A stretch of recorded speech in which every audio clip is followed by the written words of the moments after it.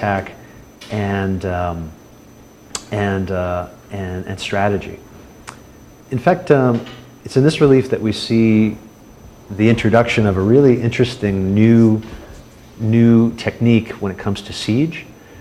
There's a structure here that is fairly strange, right? We've got the city wall here, and then now we've got this sort of this I'm trying to think of a good way to put it. This construction which has plate armor, probably made out of leather, a little parapet, and 2 Assyrian troops shooting out of the top of it. It's got a large battering ram attached to it as it hits the walls of the city and starts knocking them down. You can see actually the defenders have lowered a chain to go around this battering ram to knock it aside, to keep it from knocking down the walls. So attack, counterattack, and then the Assyrian troops are counterattack. They're trying to pull this chain off of the battering ram. But what does this look like to you, this sort of construction with this battering ram? Any thoughts? They would be, and I'll give you a hint, they had wheels in later periods. Yeah. Kind of like a proto-siege tower. It's a siege tower. Yeah. This is kind of your first example of it's almost like a tank, really. But it is a siege tower, a siege engine, sometimes they're called. These fortified mobile installations that had archers shooting out of the top, that were covered in leather to prevent them from being burned. And we'll see other examples of these with attackers actually throwing lit torches at them, trying to light them on fire to fend off these attackers.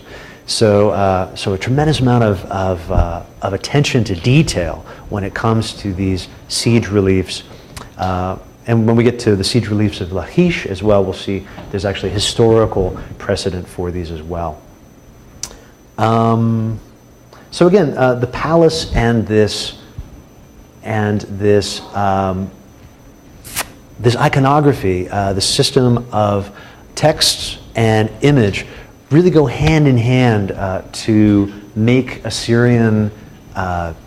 Assyrian ideology a reality. We see this in the objects that are at the palace themselves. When Ashurnasirpal built this palace, he planned for the burials of his royal queens.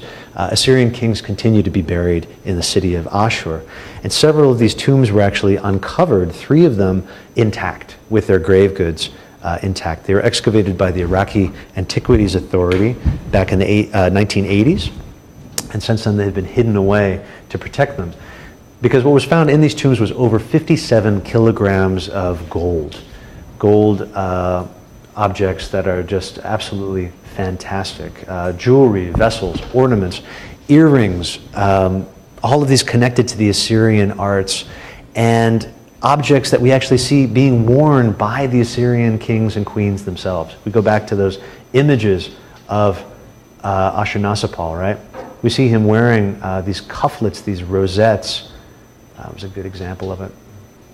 Well, can go back, but we actually see these objects, fully flushed out. And what's more, on the minute level too, if you look closely, you'll see the same types of iconography are repeated over and over and over again. Right? There's another Apkallu figure tucked away here, just done in very, very fine gold work. Again, pollinating these small palmettes. The sacred tree motif that's part of this piece of jewelry. Here's another piece, right, with these running friezes of hunting scenes, solid gold vessels, just absolutely fantastic. So really a cycle of self-referential iconography that again brings this ideology into reality, and we'll see the way this plays out in later Assyrian sites and on the periphery of the empire next week too. Any questions about any of this material? Or any of these objects for that matter? I guess it's a very different and interesting world that we're kind of entering into. Nope? Okay. All right, well, have a great weekend, and we'll see you guys on Monday.